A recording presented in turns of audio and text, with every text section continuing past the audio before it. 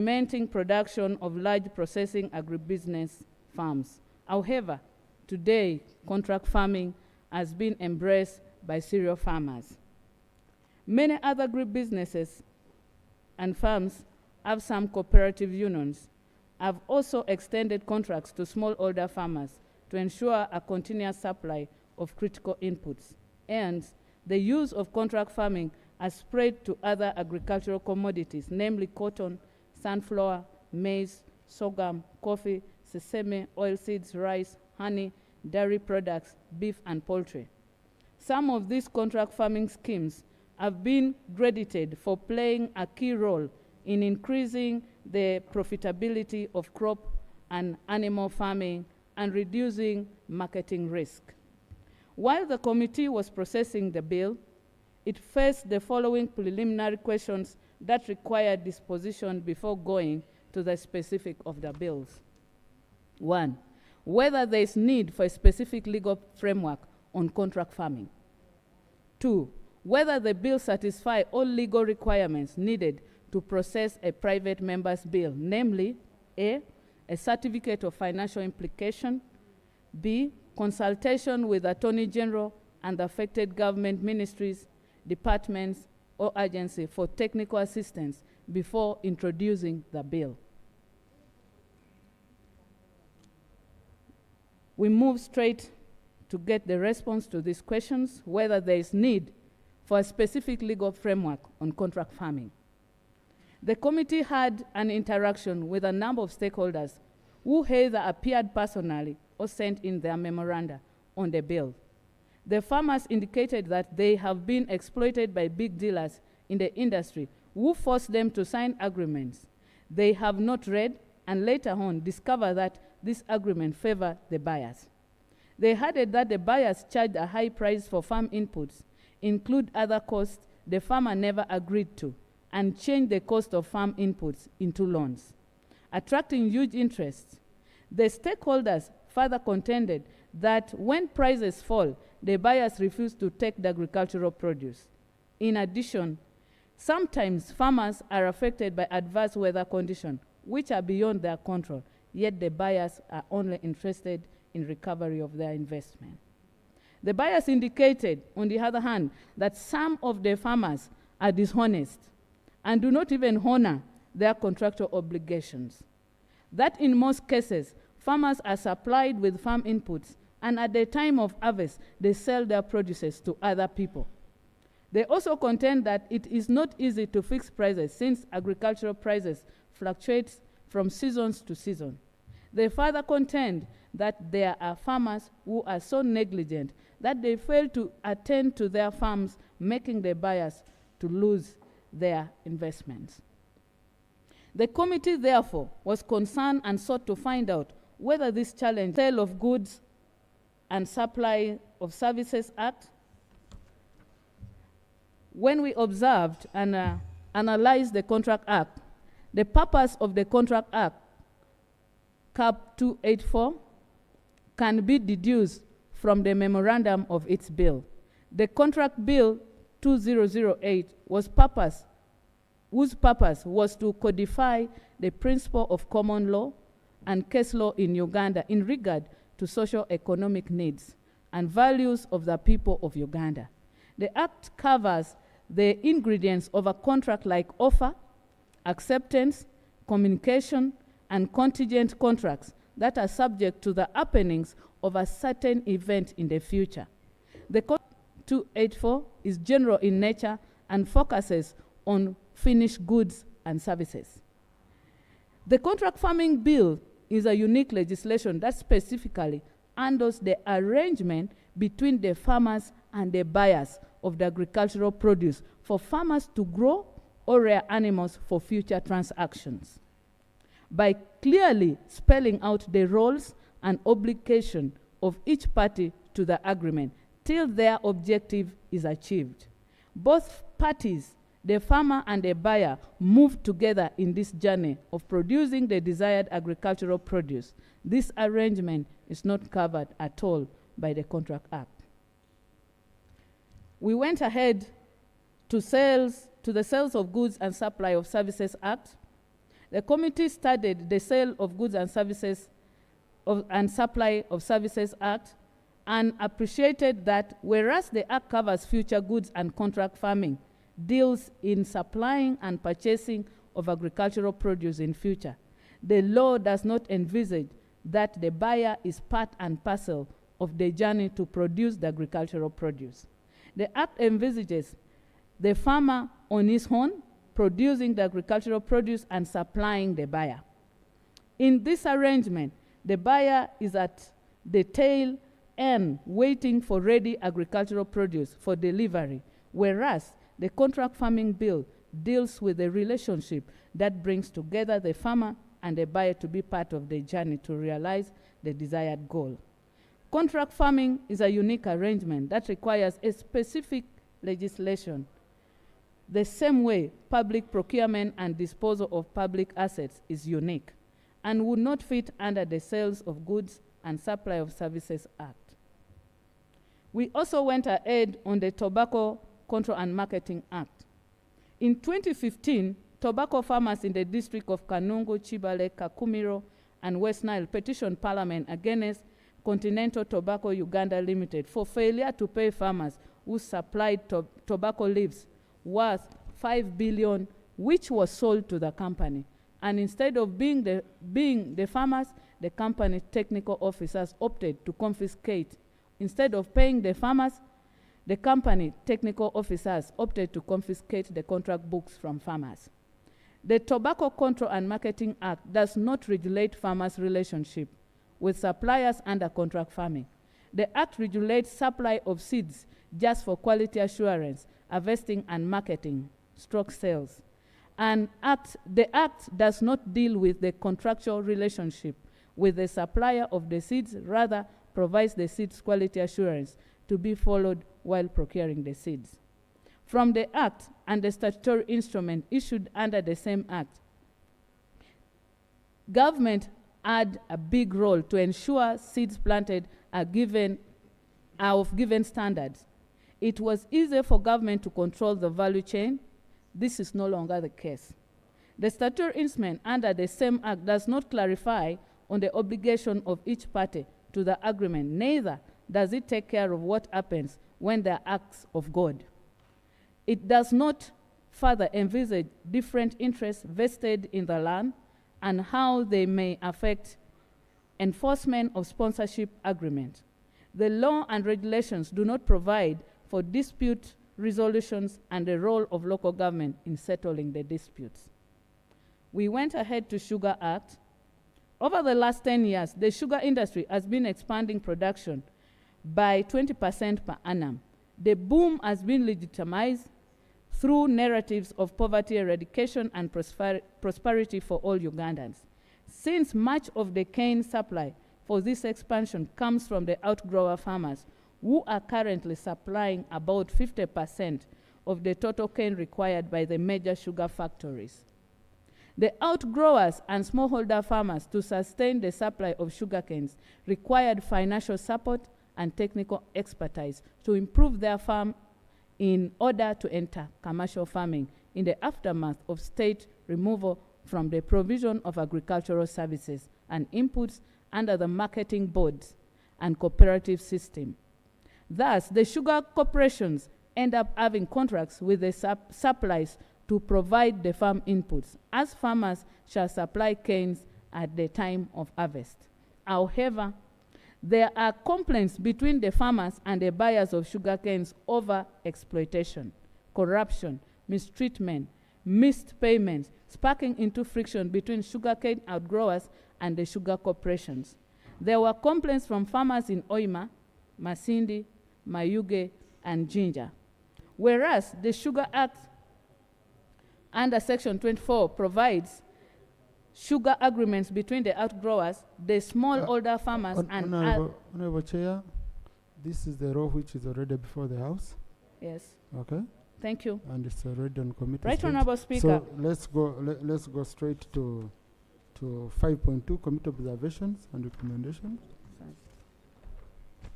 Because we are going into uncharted waters. Okay. Where rules don't allow us.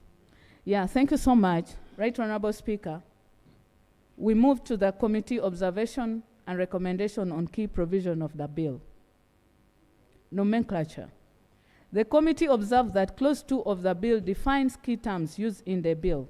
However, some terms need to be revised in order to give them the actual meaning under the Act.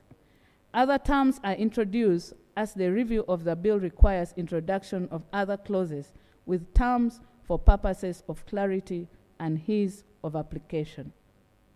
The committee recommends that the definitions of key terms used in the bill be amended appropriately and other relevant ones be introduced. Application of the Act.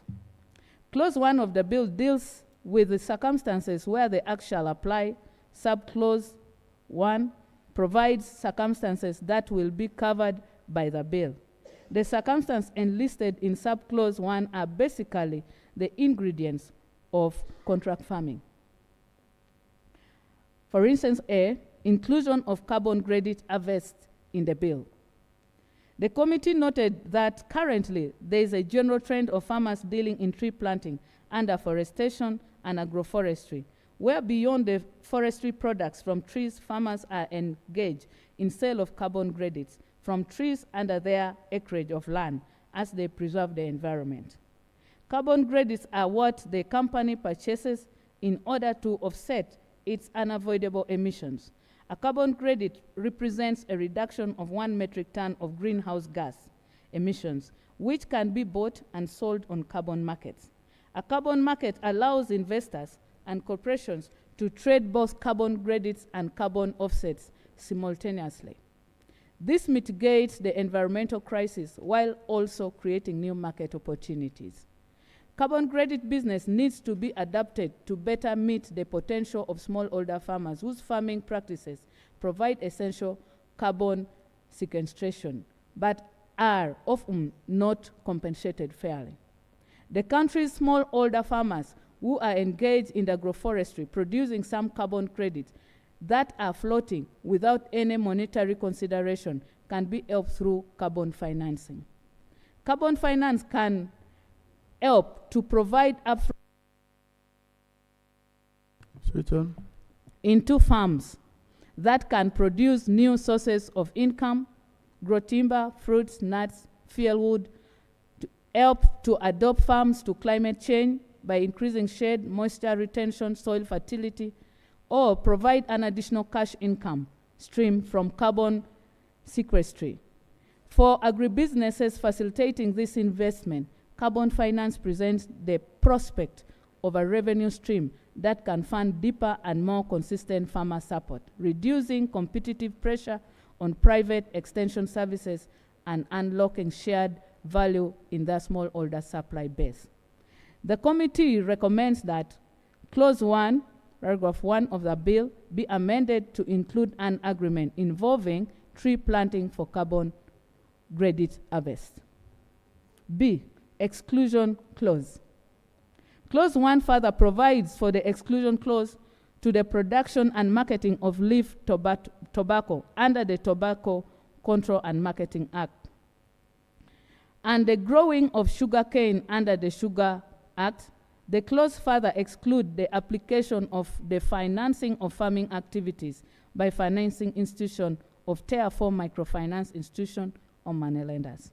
Whereas the committee agrees with the mover of the bill that this law should not apply to the financing of farming activities by financial institutions of Tier 4 microfinance institutions or moneylenders, the committee had reservation on the general exclusion of this law to the production of tobacco leaf and sugarcane under contract farming. The committee was concerned as to whether A, tobacco farmers under contract farming are well covered by the Tobacco Control and Marketing Act. The committee noted that tobacco contract farmers have suffered like any other cash crop farmers do and face challenges like tobacco pests, diseases, processing, and marketing of their produce, exorbitant prices for farm inputs like seeds, fertilizers, chemicals, and even firewood to preserve the leaf under contract farming agreements, delayed payments, low prices, and poor tobacco leaves grading system that is contrary to what they agreed upon during contractual formation. The Scrutiny of Tobacco Control and Marketing Act indicates that the Act envisaged the government shall remain in control of seed development, provide extension services, and had the lint that they were buying the produce before liberalization of the economy. Today, tobacco seeds are sold in the open market and supplied by different stakeholders. The committee further noted that Tobacco Control and Marketing Act does not regulate farmers' relationship with suppliers of seeds and farm inputs under contract farming. The Act regulates the licensing of dealers of seeds just for quality assurance, harvesting and marketing or sales. Therefore, the relationship between farmers and the suppliers of the farm inputs, including seeds under contract farming, remains unregulated. The committee recommends that Clause 1, Paragraph 2, be amended to take care of production of leaf tobacco under contract farming and leave the licensing process of dealers in tobacco leaf to the Tobacco Control and Marketing Act. B, sugarcane growers under contract farming. We have a bill on that. Yes. So please, let's leave that.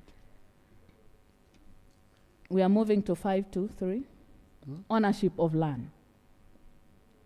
Clause 3 of the bill refers to different landowners and persons with user rights in land to come together to form a block unit for purposes of conducting block farming through an agreement. Block farming is a model that brings together segmented parcels of land into one block unit to undertake commercial agriculture. The committee noted that Clause 3 mixes land ownership, that is generally known in other land laws, with land use, whereas in many circumstances, the landowners are at the same time the users of the same parcels of land. In other circumstances, there are those with only user rights limited to their agreement with landowners. It will be erroneous to mix the two. The committee further notes that whereas the land user, who is not the landowner, may have a right to join the block farming, such right should only be exercised with the consent of the landowner. The committee recommends that, therefore, that Clause 3 be amended to distinguish between landowners and those with user rights, and a consequential amendment to the bill be effected accordingly. Farming agreement. The committee notes that at the core element of contract farming is the agreement that the farmer and the buyer will participate in part and the whole production chain, and the buyer will purchase what has been produced at an agreed price. This partnership may involve supplying farm inputs, providing advisory services, and at times monetary advances. This arrangement is so far not regulated by any legal framework.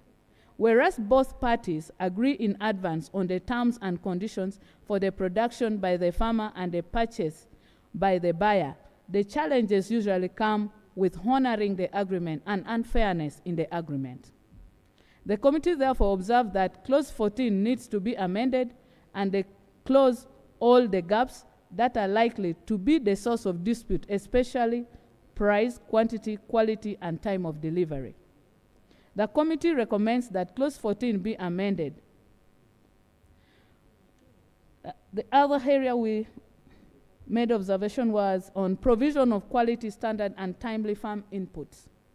Whereas the bill in the agreement provides for clauses relating to the agreement for a buyer to provide farm services, the bill does not require such farm services to be meeting the set standard, the desired quantity and timely provision of the services.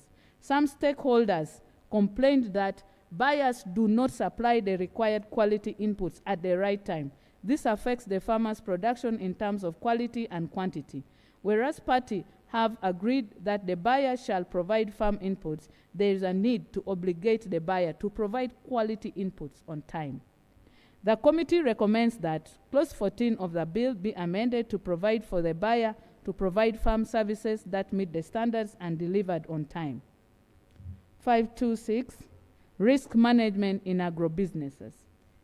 In Uganda, agriculture is dependent on nature, which is prone to vagaries and climate change.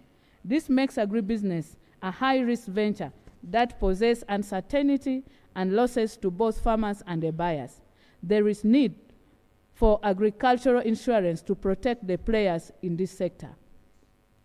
The committee notes that the bill does not cover insurance of agricultural production. Such insurance can be done individually by either the farmer, the buyer, or jointly. The committee recommends that the bill be amended to provide for insurance for agribusiness. The next is dispute resolution mechanism. The committee noted that, like any other business, disputes are likely to occur between farmers and the buyers. A block farming committee and a buyer, or among members of the block unit, the bill does not provide for mechanism of solving such dispute amicably without going through the conventional court system. The committee further noted that the court of first instance in case of dispute are local council administration and later the commercial officers and production officer in each district. The committee was further informed that the appropriate technical officers to handle such agricultural dispute are the district commercial officers and production officers. Yet these offices are administrative and are not created by law. The committee further noted that to avoid dispute, the local government needs to witness the execution of such agreement and keep records of such commercial transaction.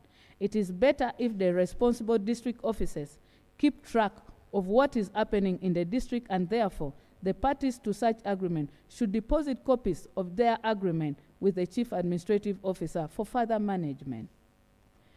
Recommendation: the committee recommends the bill to be amended to provide for A, the local council one where the block farming or contract farming is taking place to be witnesses to the agreement.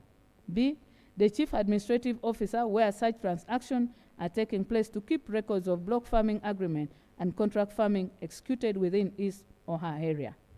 C, the chief administrative officer with support from the commercial and production officers shall arbitrate the dispute arising from such agreement. D, the arbitration process is not a bar to a party's right to seek redress from court. Right Honorable Speaker, before I conclude, I wish to state that wherever the report makes reference to any of the following laws, the proper citation in accordance with the 7th revised edition of the Principal Laws of Uganda is as follows. 1, the Tobacco Control and Marketing Act, Cap 44. 2, the Sugar Act, Cap 42. 3, the Sale of Goods and Supply of Services Act, Cap 292. And I thereby report that this should be modified accordingly.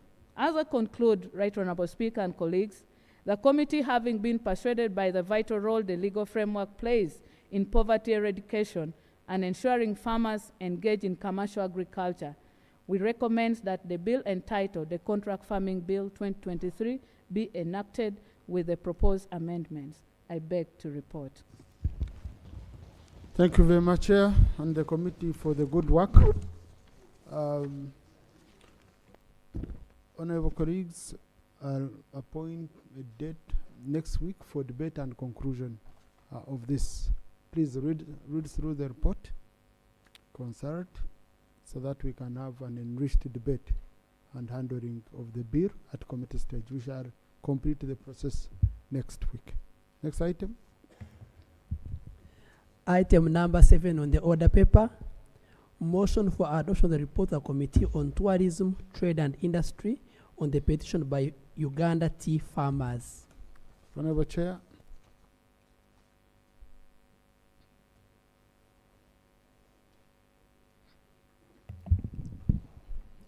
Thank you very much, Right Honorable Speaker.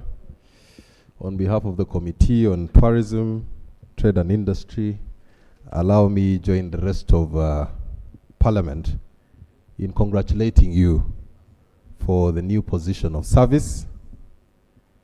Secondly, Right Honorable Speaker, in the spirit of delegation and showcasing of capacities of the members of our committee, we've delegated one of our able members, Honorable Edakasi Alfred, who will be presenting this report on behalf of the committee. And without further ado, I yield the floor to him. Thank you, Honorable Edakas. And I'll be guiding you on areas to jump, because we don't need to read the whole report. But it will be captured on the Hansard report. And well done, Honorable Ganika. Yes, on your bill. Yes, Honorable Edakas. Mr. Speaker, let me join the rest of the honorable members here to congratulate you on your new position. And I read through your response after that election. I was truly honored to have voted you as a member in this house. And I hope the people of Ruhinda will consider that you are already in the next parliament. Next parliament. They should. Because I anyway, hope Saropenda agrees to the that. options are fewer for them because you have to serve 2 terms. Thank you. Thank you. That Mr. has been Speaker, seconded by Honorable Saropenda. So Mr. Speaker, let me thank my chairs for giving me opportunity, and indeed an honor to present a report to the House. Be my maiden report, I think. Mr. Speaker, sir, I start by laying the minutes and the report of the committee. I beg to lay. Mr. Speaker, it's a short report, so I will try and go through it pretty fast. Mr. Speaker and honorable members, during the sitting of the House held on Thursday, 26 September 2024, the Honorable Mbwate Kamwa Gafa, Member of Parliament representing Igara County West, tabled the petition on behalf of Uganda tea farmers. In accordance with Rule 30 of the Rules of Procedure, the Speaker referred the petition to the Committee of Tourism, Trade, Industry for scrutiny. The committee now reports. Uganda tea industry, once a leading traditional export commodity and foreign exchange earner, is facing unprecedented challenges. The sector, which has a mainstay of the country's economy since its introduction for commercial production around 1925 to 1930, is struggling to stay afloat. The crisis triggered by the Russia-Ukraine war in February 2022 has led to a global economic shock, depressing the demand for tea and causing prices to plummet. In Rwenzori area, to be in particular, tea farmers have been protesting against the absurd low prices, with some even cutting down their tea bushes to replace them with bananas. The situation is dire, with the average price of Uganda tea in Mombasa auction market falling sharply from around $2 per kilogram of made tea to less than $1 per kilogram, below the production cost. Locally, the green leaf price has declined by over 50%, from 600 Uganda shillings to 200 Uganda shillings per kilogram, with some farmers fetching as low as 140 shillings per kilo. Despite efforts by government to revitalize the industry, including the provision of subsidized fertilizers and allocation of shillings 126 billion as working capital for tea processing factories, progress has been limited. The industry's decline has resulted in tea slipping from its position as leading traditional export commodity after coffee. According to the export statistics from Bank of Uganda, monthly export revenue from tea declined from $7.4 million in 2018 to $5 million in 2024, with non-traditional export items now surpassing tea in terms of export revenue. With the recent decline, members in tea sales at Mombasa Tea Auction 2024, Uganda's tea farmers are grappling with low gate prices for green leaf tea, forcing them to sell their produce below cost price. This has led to a vicious circle of inferior quality, low prices, and economical operations, causing many farmers to abandon or uproot their tea plantations for banana plantations. The decline of the tea industry would result in the loss of over 100,000 jobs, primarily in tea factories, but also along the value chain, including tea pluckers, plantation laborers, suppliers, transporters, and others. Furthermore, the economic collapse of business centers established around tea factories would have a devastating impact on local communities. The livelihoods of at least 60,000 farmers involved in tea production would be lost, and 49,000 hectares of land under tea would be rendered unproductive. The cost of uprooting tea from this land would be prohibitively expensive. Perhaps most significantly, tea would cease to be a vital export revenue earner, displacing it from its long-standing position as a second largest traditional export commodity. Mr. Speaker, because of time, I'll skip the petition, and I'll also skip the methodology and ask members to view those. The prayers are critical.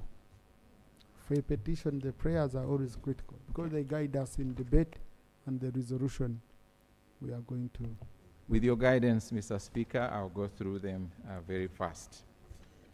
The petitioners prayed that one, government subsidizes fertilizers to tea growers by 75% in the first season, followed by 50% in the second season, and 25% in the third season, respectively. For a self-sustaining fertilizer financing mechanism, with the total cost being Uganda shillings 43.05 billion. Two, government capitalizes a fertilizer revolving fund for tea outgrowers, totaling to 69.7 billion. Three, that UNBS be directed by Parliament to develop an affordable tea green leaf standard. And four, government concludes on formulation of comprehensive tea policy and implementation strategy. Five, Parliament directs Uganda Microfinance Support Center to put aside Uganda shilling 31.5 billion for financing tea outgrowers operations, excluding fertilizer finance. And six, government rejuvenates interventions aimed at carrying the country's aggregate shortage in processing capacities as earlier evaluated. Seven, government finances support and incentives to tea processing factories to replace aged machinery and upgrade technologies to increase value of farmers' green leaf. And eight, government supports investment into product diversification and marketing of new tea products. 9, government creates and guarantees markets for farmers to sell green leaf. 10, government supports cottage tea processing units to supplement big factories. 11, government provides pruning grant of UGX 5 billion to supporting pruning of 30% of tea outgrowers' gardens. And 12, government provides electricity to tea processing factories at USD 5% per kilowatt, as is done in other industrial parks. And 13, government effectively intervenes to recover Uganda's tea industry out of the crisis. Like I said before, 4 is methodology, and we have outlined the different people and groups that we interacted with, including the stakeholders in Kenya. Observation and recommendations. Performance of Uganda's tea on the international market. The committee observed that the performance of Uganda's tea at the international market through the Mombasa Tea Auction is affected by various factors, including 1, the quality of Uganda's tea. The committee established that the sale of Uganda's tea at the international market is at Mombasa Tea Auction, which is the largest tea auction center in the world. The tea is sold through an online auction system, which is open to all trading parties. The prices are determined based on quality and not a country of origin. All teas compete at the same level, and the prices are determined on the quality of tea. The committee provided a table there, and you can see that Kenya, Uganda, Burundi, Tanzania. On that table, you can actually see that countries like Rwanda, not even Kenya, with few tea growers, fetch the highest price based on that online transaction and sampling that is done there at the auction. The committee was informed that the quality of tea is established through sampling process, and it is through this process that the quality of tea, of Uganda's tea, has been proved to be very poor and therefore not competitive at the international market compared to other teas on the market, like we saw on that schedule. The committee learned that from the study conducted by Economic Policy Research in Uganda, that teas are classified and priced based on quality such as strength, aroma, liquor, and appearance. Whereas most Kenyan teas are classified as medium to best, most Uganda's teas are classified as plainers. This directly speaks to the price, where the better quality Kenyan tea and other countries, as you saw, attract higher prices than the poorer quality teas. The committee discovered that the poorer quality teas, for instance, from Uganda, are popularly referred to as price reducers, as opposed to premium brand teas, for instance, those from Rwanda, which attract internationally competitive prices. The committee observed that the number of factors that are responsible for tea poor quality include the following. 1, lack of an affordable quality fertilizer on the market. The lack of affordable quality fertilizer directly affects the quality of tea picked from the farm to the producer. The committee noted, for instance, that Kenya government subsidizes fertilizers for farmers by about 30%, making it affordable and accessible to tea farmers, which improves the quality of the Kenyan tea at the market. 2, Uganda's tea sector lacks a regulatory framework. The sector neither has a policy nor a law to regulate it, Mr. Speaker. There is therefore no center for quality input, coordination, or statistical controls. The Uganda tea sector is exposed. The farmers and producers regulate the conduct of business in the sector.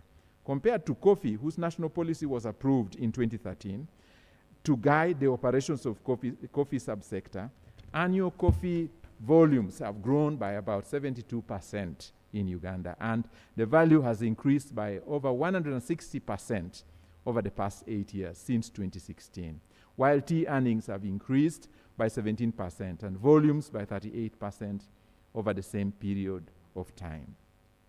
Mr. Speaker, I've provided a table there to show you these statistics and just to show you how coffee is doing well because it's under regulation. The committee noted that Kenya, on the other hand, has a Tea Act, which provides for Kenya Tea Board, which regulates the development of the tea industry. In addition, in Kenya, Kenya Tea Development Agency oversees 800,000 farmers through trainings right from the farm care, picking the right leaves, handling, transportation, storage, processing, as well as ensuring that farmers have access to fertilizers to ensure quality of the tea. Consequently, KTDA attracts high prices at the Mombasa auction, as already indicated, as you probably saw. The next table you see there shows you KTDA tea versus Rwanda tea. What you see as EOR is east of the Rift Valley. In other words, the teas that are being grown east of the Rift Valley, and WOR is the teas that are grown out west part of the Rift Valley. And this is the description of what the committee provided for you in terms of appreciating the 800,000 farmers and how they are playing on the tea auction. 3, machine harvest, especially for the big tea producers, as opposed to the traditional hand harvest to tea, hand harvest of tea by the small outgrowers. The best quality tea is that which is picked from the 2 leaves and a bud. And I hope members do understand that, just the bud and only the 2 leaves. Just for your information, our current biggest producer of tea actually uses machine harvest, and is the biggest producer and also the biggest exporter. I think it is, I don't know if we should say that here. No. but they are the biggest producer. You can research. Machine harvest in most cases, through though cheaper, is indiscriminate in the leaves harvested, leading to poor quality tea.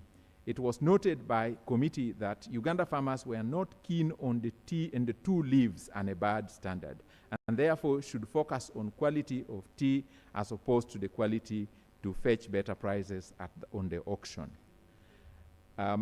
The other issue that contributes to low quality is poor post-harvest handling of tea.